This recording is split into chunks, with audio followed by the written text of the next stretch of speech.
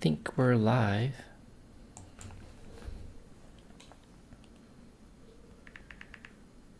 Just check.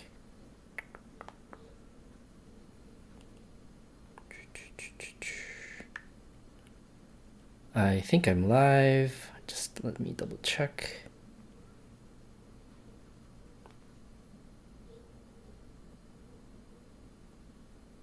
Yep, I am live. Okay. What's going on, everyone? Thanks for tuning in to another weekly live stream where I answer your questions. As usual, I have like a list of questions that I've received, and I'm just going to answer them in the order that I received them to, make sure I appropriately allot my time to whoever posed questions first. So I have a couple questions that I'm going to go down and answer. And then if you guys have any questions in the live chat, feel free to leave them and then I'll answer them as I go along. So let's start with the first question here. So let's see. Okay. So we have a question from Jamie. And Jamie says, I am a P1 at Drake University. I was doing some research concerning informatics and pharmacy and came across your video where you did a great job in detailing the prospects of the career. With that said, I wanted to ask a couple of questions about the profession if you don't mind me inquiring. I do not mind. First question is, what is your favorite aspect of your job? I think there's probably a couple favorites, but I think the two that immediately come to mind is number one, having the ability to be creative. A lot of the times in informatics, you come up with some type of solution, which makes it very interesting because no one solution is always the same, and it may be different depending on where you work and your experience. So I think having the ability to be creative is really fun. And then the second thing is just the flexibility. There's definitely pros and cons to that, but as opposed to other traditional pharmacy positions, I think pharmacy informatics provides a lot more flexibility in terms of just work-life balance. Let's see. Second question here is, in your field, are you still able to have direct patient interaction, such as through counseling and recommendations? It's a great question. I think for the most part, most of us do not have direct patient care interactions. However, I know that there's been a shift to do that more often because, as informatics pharmacists, you want to be able to know the workflows that pharmacists do so you can design tools and technology that's appropriate for them. So there are a lot of other informatics pharmacists that also practice at the same time. So they're not doing informatics per se. They might have like a 50-50 position where 50% of the time they function as an informatics pharmacist and 50% of the time they function as just a pharmacist. Some great examples. I have some colleagues at the University of Wisconsin who do this. They're kind of 50-50 roles. They do informatics and they're also like a surgical ICU pharmacist on the side. And they have been some of the most knowledgeable pharmacists I have ever worked with. So very awesome. I do not have that. I think it's good if I did, but I don't have that. So I hope that answers the question. Let's see. Third question here is, I sometimes get nervous about the job outlook concerning pharmacy, in which many healthcare professionals say that in order to procure a job, students will need to diversify themselves. It's probably true in any industry. Do you believe that with the pharmacy degree can aid in a pharmacy graduate becoming more marketable to employers? I'll probably refer you to a video that I did on the pharmacy job market and whether or not the return on investment is worthwhile. I think that the market is saturated. I think anyone can probably tell you that right now. It's very saturated. And I think having a pharmacy degree alone wouldn't necessarily make you more marketable because there's just so many pharmacists. If anything, it's like a arms race, as a lot of people call it now, where everyone's racing to get some credential or certification or degree to make themselves stand out. So it's kind of a difficult market. I don't know if that really answers your question. We have a question from the live chat. Let me switch over to that for a second. Daphne, what's up, Daphne? Daphne says, what are some of your duties and responsibilities as an informatics pharmacist? That's a great question. I think that question differs no matter who you ask in pharmacy informatics. So take this as an N of one because many other informatics pharmacists do different things. So some of my job responsibilities, I primarily work in pharmacy reporting. So I triage tickets for new reports. So someone may need a report that says, hey, I need a new column to display the dose of these meds or the indications of these medications, or I need a report that finds me all patients that are on a anticoagulant or all patients that have a abnormal lab value. So those are just some of my responsibilities. I'm also part of the antimicrobial stewardship team. So we work on a lot of different solutions that help improve antibiotic outcomes for patients. So we find patients that have opportunities for de-escalations, bug drug mismatches, things like that. So I help our infectious disease colleagues create tools that help them do their job. That's probably another one. Yeah, that's probably some of them, but for the most part, you work with your practice experts or subject matter experts, and you help come up and design tools that help them do their job.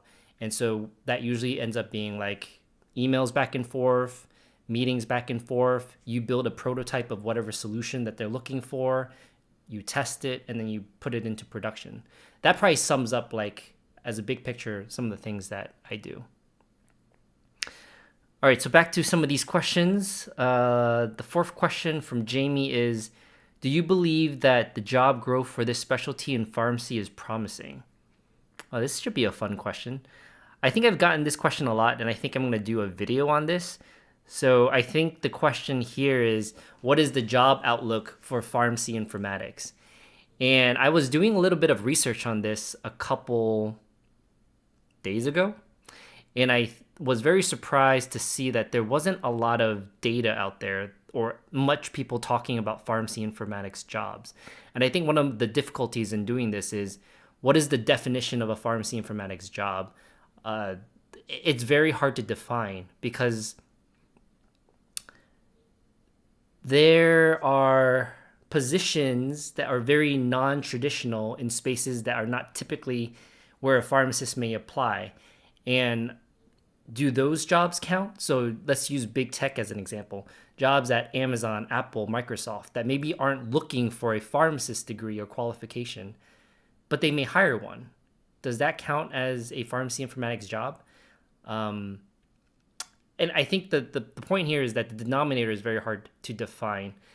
And I think a couple of things. I'll make a couple of comments. The first thing is, I think that the job growth, traditionally speaking, is not increasing.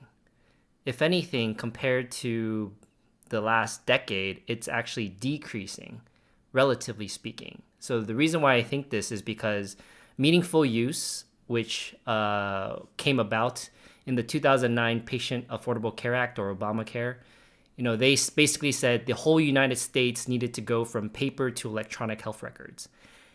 And back then, many hospital systems and clinics and private practice were all on paper. So the thing is that this piece of legislation provided a lot of incentives in the amounts of like billions of dollars to everyone that says, hey, implement this EHR and we're going to give you a lot of money. And if you didn't, they were going to penalize you. So what this made everyone do is go from paper to electronic in a very short period of time. And that program essentially was called meaningful use. And that was over a period of, let's just say 10 years to keep it simple, between 2009 and 2019. And so there was a huge demand for anyone that even had a remote interest in implementing these systems. So people would be hired, build all these things, get paid a lot of good money. The thing is now, like, what is it, 10, 11 years later, most hospital systems and clinics and private practice already have a EHR or some electronic system. So, relatively speaking, that huge demand is not there anymore. Not to say that there's no jobs, it's just that relatively speaking, it's not growing in that direction. If anything, it's stagnant, if not decreasing. Now, let me add to that and say there's a lot of hype around new technologies like artificial intelligence, machine learning, all the buzzwords that you can name. I think there's a lot of opportunity there. If you're very interested in reading more about those opportunities, why don't I not talk about it myself and refer you to something that the National Academy of Medicine published in, I think it was like January, February, March of 2020. They have like a 200 or 300 page document on the future of healthcare and AI, or artificial intelligence. That will probably do a better job of telling you where the opportunities may lie. That could be a game changer. That could be a lot of opportunity. So I don't know. It could go either way. But for the most part, traditionally speaking, like pharmacy informatics positions in hospitals, no, it's not increasing. Maybe it's stagnant, if not decreasing. That was the last question from Jamie. Move on. Daphne has another question. Daphne says, "Hi, Dr. Fung." You can call me Brian, by the way. Dr. Fung is too formal. Thank you for that answer. A follow-up question. As an informatics pharmacist, what are some different positions that are available to you? I'm assuming you're referring generically speaking, not just based on like my expertise or experience. I think maybe I'll answer this generically, and you can elaborate if I didn't answer your question.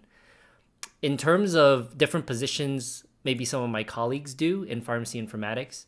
So maybe I'll take a step back actually. So I've worked in 3 organizations in a informatics capacity. At my PGY1 residency, there were 2 informatics pharmacists for the entire organization, and they did everything. They built reports. They did things that I would not necessarily consider informatics, like fixing printers, working on the technology solutions like the barcode scanners. They were building them, they were fixing them, they were refilling the paper. They built clinical decision support. So when pharmacists were verifying orders, they can pop certain things up if there was an issue, a drug interaction, things like that. What else did they do? They built order sets. They built therapeutic interchanges. So if something wasn't on formulary, it would help them switch things out. They built all the ordables and dispensables in the system. They built all the various texts in the system. We used McKesson, by the way, so it was pretty interesting. All the different texts and alerts, we used HTML to build that in. So that's kind of what they did. Basically, they did everything you can imagine in that organization. Now, when I went to my PGY2 site, we had 7 informatics pharmacists, and we all kind of did everything, but we all specialized in different areas as well. There's like kind of like a go-to expert. So one person was in charge of like order sets. Anything related to order sets, they built. And that's typically I would say kind of common of a responsibility. Someone may just be responsible for order sets, but maybe do other things as well.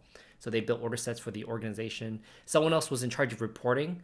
Reporting people are unique. They're usually more technical. They love data. They build reports, and oftentimes they build things using SQL or whatever type of language that's similar. But you have your reporting folks. So in my PGY2 site, there is someone that was dedicated to reporting. And then there are some people that was dedicated to general medication build, where they just built medications into the system. So the med, the dose buttons, the route buttons, the dispense logic. That is a pretty core team. Another big team that you may be responsible for that's really important is billing. in the hospital, you got to charge for the medications, right? So there's an entire team. We actually had one pharmacist and 4 pharmacy technicians working in informatics in the billing team. 340B, just how things charged, and very complicated.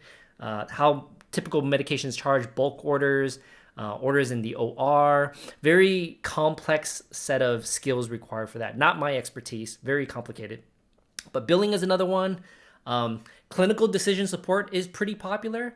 There's many organizations, especially my PGY2 site, there was a dedicated individual that was doing clinical decision support. So things that pop up to you, whether it's maybe like order verification, in order entry, maybe the nurse is documenting on the MAR. So you can pop things in certain places. And, there's a whole set of guidelines and principles you can talk about with clinical decision support. But those are is that most of the common ones? And maybe I'll say like automation and hardware technology. So there may be another group that's responsible for your automated dispensing cabinets like Pyxis and Omnicell. Another group that's responsible for things like smart pumps, making sure all the dose guidelines are in the smart pumps and making sure that's all good. The barcodes. So there's another group that usually may be responsible for that. So I would say pretty much a good majority of your pharmacy informatics roles fit into one of those buckets. You're either doing all of them, maybe in a smaller organization, or when you're in a larger organization, you might be specialized to one of those. And each one of these are different skill sets and different interests. So hopefully that answers your question. Let's see. We have another question here. Let's see. It says, this question is from Miles. It's about Epic certification. So Miles says, I have implemented a few Epic projects several years ago. Since then, I have been consulting as a credentialed trainer for Cerner, training PharmNet. However, I'd rather pursue my career as an Epic analyst and become certified in Willow. But it's Willow, by the way, for those you don't know, is the nickname for the pharmacy application in Epic. But it's very difficult to get a job at a hospital here in Texas without an Epic certification. Can you please share with me how to obtain the Epic study guides for Willow and where do I take the exam? Any information would be greatly appreciated. If you offer any training, please let me know. So the Epic study guides is proprietary information. You can't share that. You can only get that if you work for an Epic institution. So if you're at a hospital and they have Epic, then you can access it through that hospital's email login that you have. Or if you work with Epic directly, then obviously you can access it. And then a lot of times if you're working through a consulting agency, they hire you to train Epic or implement Epic somewhere, then you also have access to it. But I am not allowed to share Epic study guides. Actually, no one's allowed to share Epic study guides. That's, again, proprietary information. You can't share that. And then where you take the exam depends on where you are. If you're working for Epic, you take it at Epic. If you're working for an organization, they will tell you where you can take it. And that's kind of it. All right, next question. It's another Epic certification question. This one is from Jasmine. Jasmine says, I'm really interested in Epic Cadence certification. And Cadence is another nickname for Epic module. This one, Cadence is for scheduling. So when you're scheduling appointments and things like that, that's what that application is. So Jasmine's studying for the Epic Cadence certification. I saw your video on YouTube and was just wondering how you got Epic certified. I know it is hard to get in as I've tried to get into institutions that have this system, but no luck. I have a background in the healthcare field. I just received my BAS in healthcare management and I'm currently seeking a job in Houston, Texas. I feel that maybe if I have a certification such as Epic to put on my resume, that will help get me hired.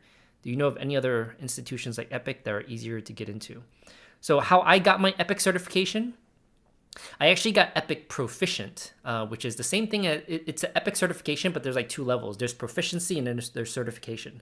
Proficiency doesn't require you to go out to Madison, Wisconsin to take the classes. You can actually just do it at your organization, online at home, and then you take the exams at your institution. But I got it because I did a PGY2 in pharmacy informatics, and my first rotation was solely to get Epic certified. So they gave me a month and said, go and study for this, take the exams, get Epic certified, because you cannot touch the Epic system unless you're certified. So that's why it's really hard to get into these Epic jobs, because if you're not Epic certified, they're almost not going to look at you. And the majority of people nowadays are Epic certified, so it's very, very, very difficult to get a informatics position, especially if it's an Epic one, if you don't already have an Epic certification. That's probably why you're having a lot of difficulty. Was there another question here? Any other institutions like Epic that are easier to get into? I don't think any of that. That's a very hard question to answer, I would say. But if you got an Epic certification from anywhere, that would probably be the main game changer. So just apply to jobs, maybe in a more rural area, rural hospital, and maybe you'll be more likely to get a position there. But I don't think I have any other good recommendations. We have a question from the live chat, Zoe. So Zoe says, hi, Dr. Fung. You can just call me Brian. Thank you for answering these questions. I was wondering if you have heard of PharmDs getting a job in informatics right after grad, first pharmacist job. Yeah, I have. I would say that I heard that very often back in the day, about 10 years ago, because the demand for informatics people was so high. Everyone was trying to implement EHRs, that anyone that had a remote interest in informatics seemed to get a job relatively easily. That is absolutely not the case anymore, I would say. But with that said, yeah, I've heard of people even recently getting a job. Actually, you know what? A job in informatics right away. Traditionally speaking, like in a hospital informatics position, I have not heard of anyone recently. Do I think it's impossible? No. Do I think it's very low chance? Yes. I think you will be in like the 0.01% of individuals if you can land an informatics job right after graduating pharmacy school. The people who do, I would say, probably either have one, good connections, they networked really well, and the people hiring know them, know their work ethic, and could train. Because informatics can be trained. You know, as long as you're good with your clinical skills, you have clinical competence as a pharmacist, you can teach the informatics skills. So if someone knows you're a good worker, good work ethic, maybe they got a job then. The second thing is, I've actually seen in the last few years a lot of pharmacy students that have interned at organizations that got them Epic certification or got them certain informatics training stuff, and it was amazing. Very impressed. These graduating pharmacy students in their third year, fourth year, built an Epic, got Epic certified, and has a lot of experience that even some residents don't.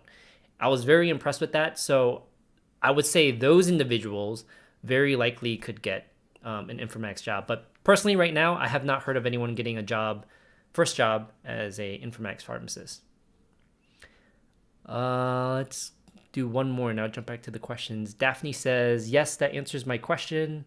Thank you. It is imperative for you to have a is it imperative for you to have a background in IT or be very technologically savvy to be successful as an informatics pharmacist? So I would say, yeah, that's a very good question. I think that's a very common question too. Full disclosure, when I started off in high school and college, I always thought I was going to be a computer engineer or computer programmer.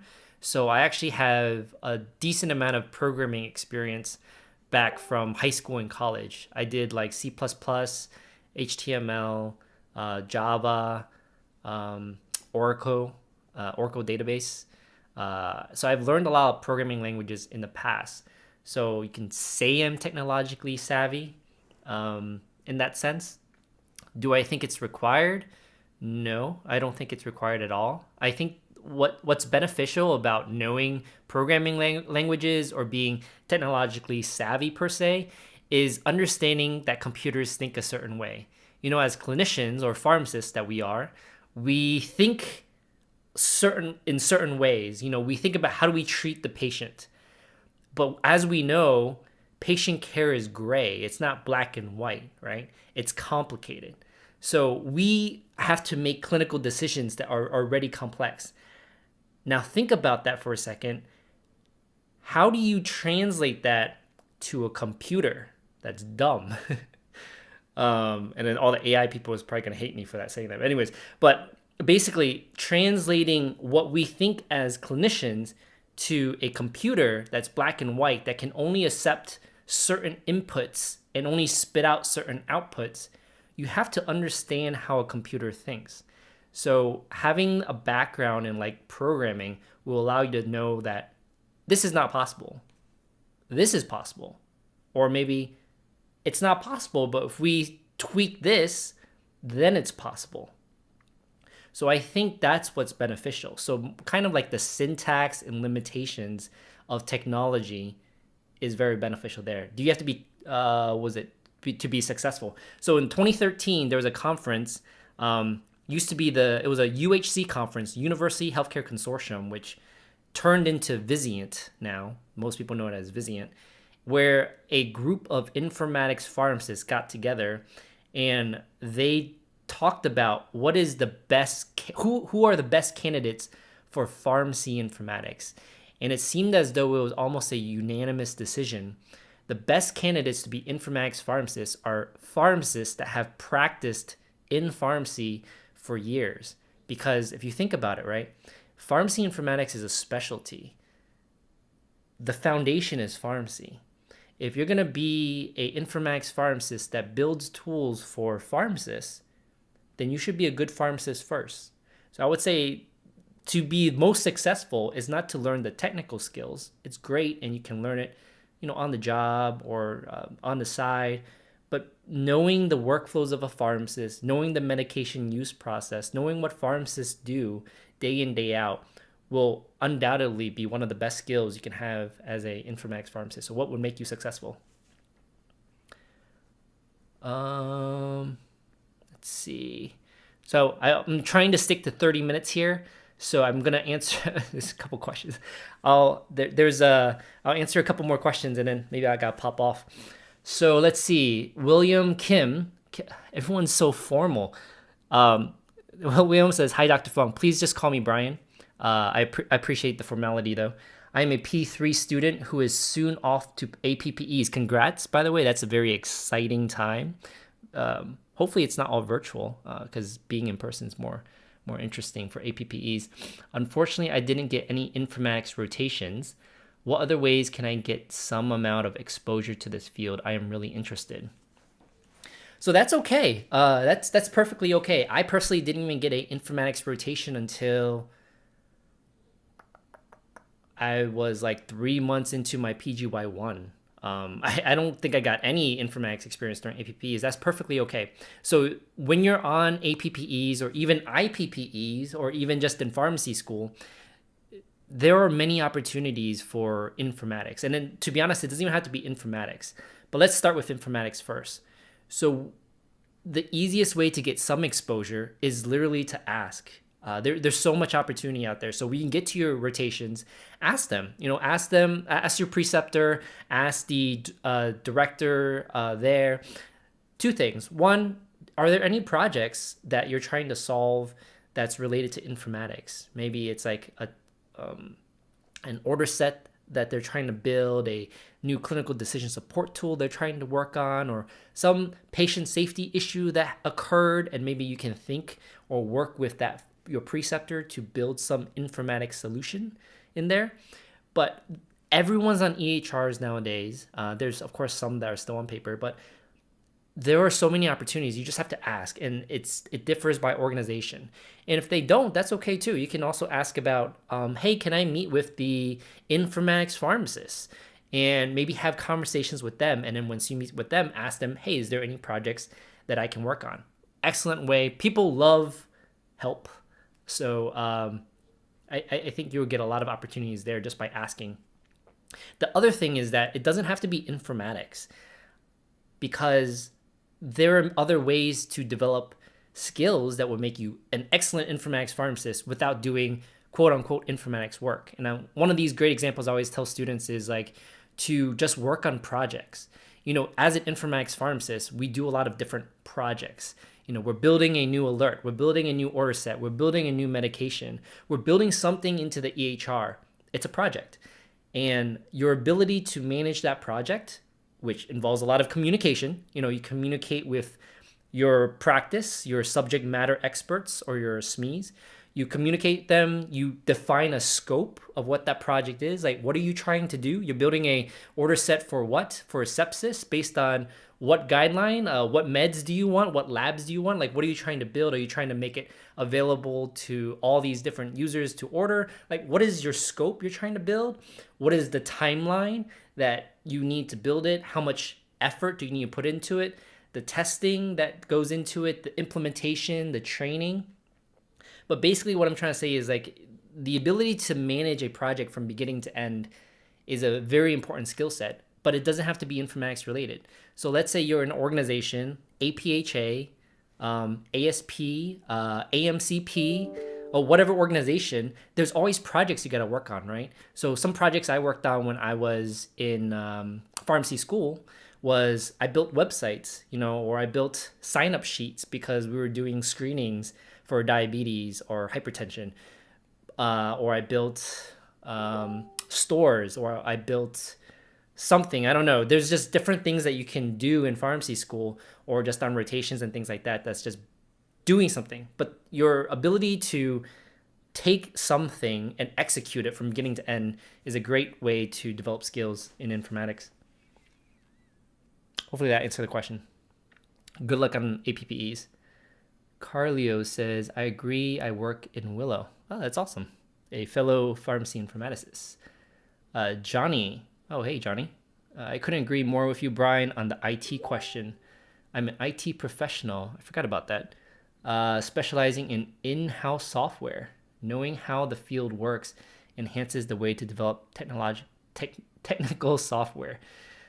Vetted by Johnny. I appreciate that. As a non-technical person myself, technically speaking, that is a very nice thing to hear. Awesome to join in. All right, guys, I'm trying to keep 30 minutes. It's fun chatting, but I have to go. I'm actually moving in 10 days, so I'm trying to pack up everything. So thank you guys for tuning in. If you guys have more questions, there is a link to submit questions in the Google Doc. Those are the questions I always answer first, so be sure to submit questions there if you want me to get to it. Otherwise, I will see you guys next time. Bye, y'all.